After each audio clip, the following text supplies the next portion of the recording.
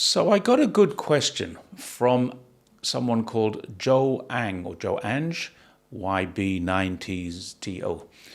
Why does the US also want to block China from helping the poor countries? There's a very simple answer to this question, Joe.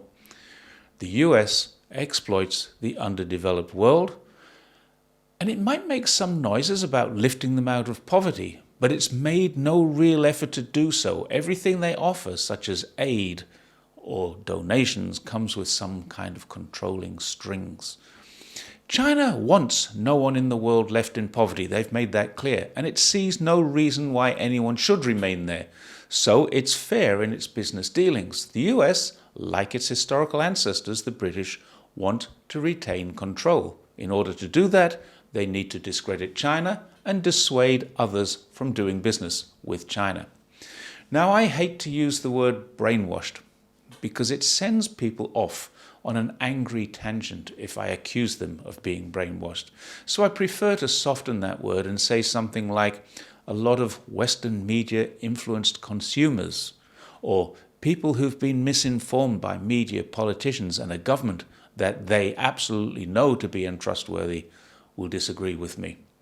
But these are the facts. Those people would argue South Korea is better off. I would argue it isn't. If you understand the country that you call South Korea is only half of the Korean peninsula, then you'll know they can't be better off. Their country is divided. Not only that, they have US military marching around their country, assaulting their young men and women, especially the men trying to protect the young ladies from rampant military personnel, many of whom have immunity from local laws. And if any misinformed Western media consumer would like to argue that one with me, I'll happily refer them to the hundreds of unsolved rapes, assaults, and even murders that occur around US military bases. Japan, like South Korea, is no better off. It's not better than it used to be. It was a country that the US industrialized, militarized, and now occupies after murdering hundreds of thousands of their civilians.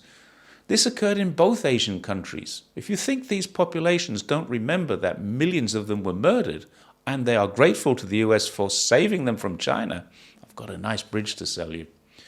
Then we could look at Africa. There isn't a single country in Africa that hasn't been exploited there. Some still are. And it started even before the US existed and continued for hundreds of years. The USA made slave trading illegal in 1807, but the trade continued until after the Civil War in the 1860s. And they haven't even made owning slaves illegal now. They have child labor, child marriages, enforced labor through the prison system, illegal labor in their undocumented workers, and they suggest that others should do better. China, the moment it became the People's Republic of China, did something that the US has never done. It started training in Africa, not military training, which the US loves to do so that they can retain control of the military and vicariously maintain control of the dictator in charge of it. They want to put in charge someone they can control. China trains them in agriculture, services, education, other things that assist the country in a rise out of poverty. And the number of examples are legendary. There's so many, I can't even list them here, but let me give you a couple. China donated the African CDC building in Addis Ababa, Ethiopia. They did this during the COVID pandemic, and this building will, as the Chinese ambassador to Ethiopia said at the completion of phase 1, it will help. The Africa CDC building itself is a manifestation of beneficial and practical work for the African people. China will proceed to try its utmost to assist the African countries in responding to the pandemic, restoring economic and social developments. Now, Ethiopia was an Italian colony. It was and remains impoverished and subject to warring factions. China is helping. Western governments supplying weapons and material, as well as intelligence support for one side or the other, is not helping matters at all. China doesn't do that. Another great example is the fact that China has built approximately 100,000 kilometers of roads throughout Africa. This doesn't benefit one country or another. It benefits the entire population of Africa. And I keep seeing criticism of this in Western media. And I have to ask people who criticize me for praising China's actions on the continent of Africa, what is the problem? China, as a People's Republic, came onto the scene in 1949. That's just 75 years ago. Prior to that, the US had its hands in Africa. Before that, the US, the colonies, were there. They were stealing people. They were exploiting resources. They were generally taking without giving. Even prior to that, the Belgians, the Dutch, the Germans, and of course the British fought wars over possessions of lands that they didn't own. But for some reason, being white made us better, and having God on our side made it right. Being black and being born in Africa, as a general rule from the time of colonization until very recently, meant either a life of servitude or a life of poverty. You worked for the white man, or you eked out a living far enough away from the white man to be free.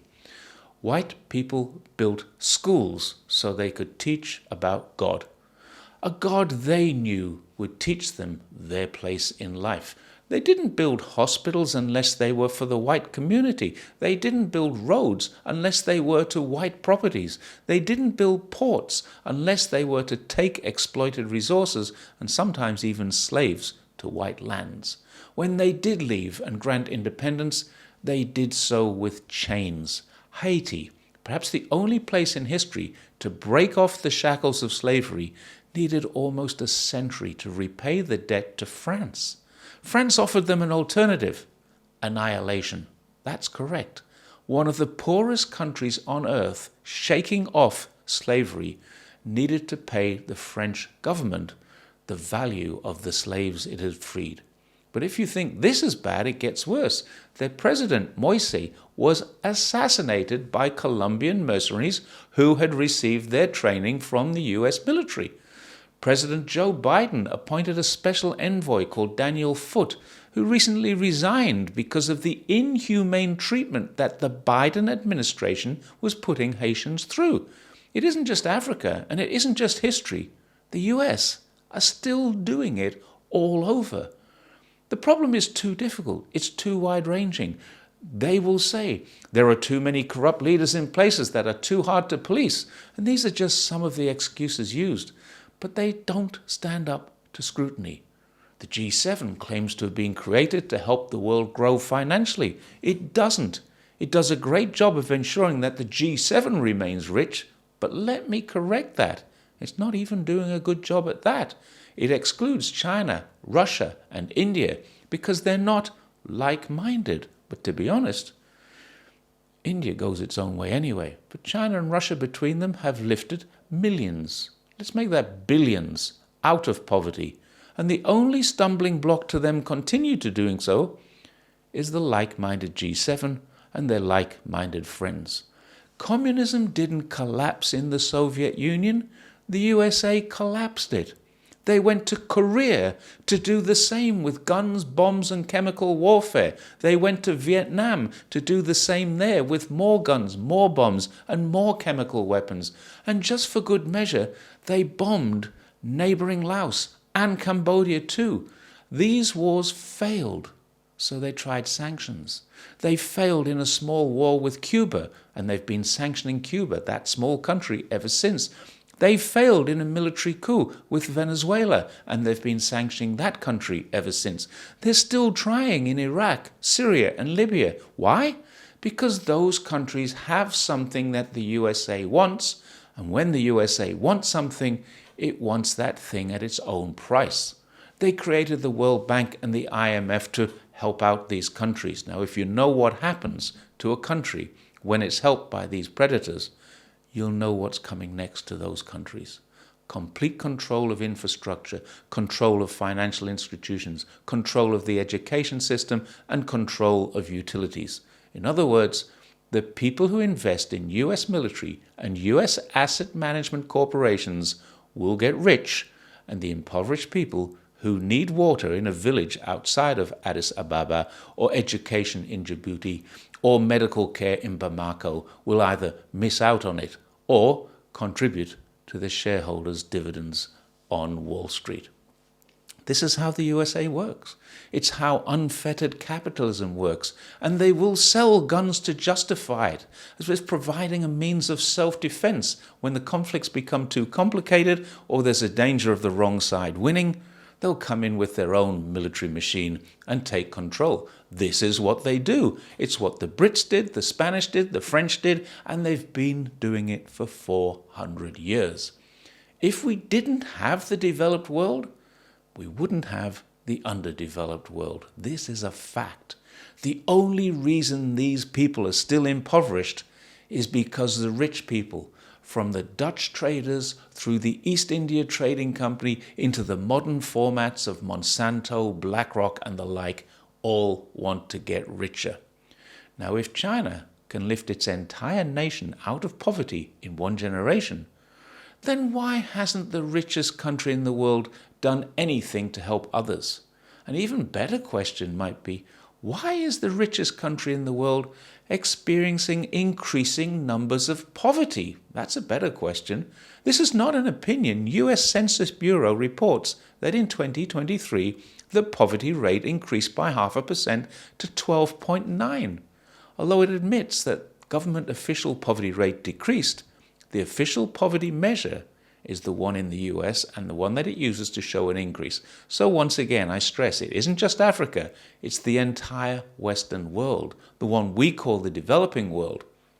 The UK, for the record, has recorded an increase in poverty. So has Germany. They're all increasing the same things, poverty. What we're seeing is a collapse of capitalism.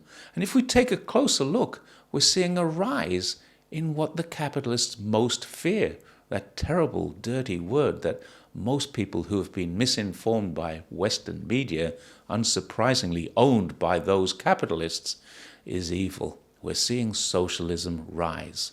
It's clear that 400 years of exploitation, using poor people to fight wars, providing impoverished people with weapons to fight more, is the old way. The new way is cooperation. The US just hasn't quite grasped the nettle or bitten the bullet yet.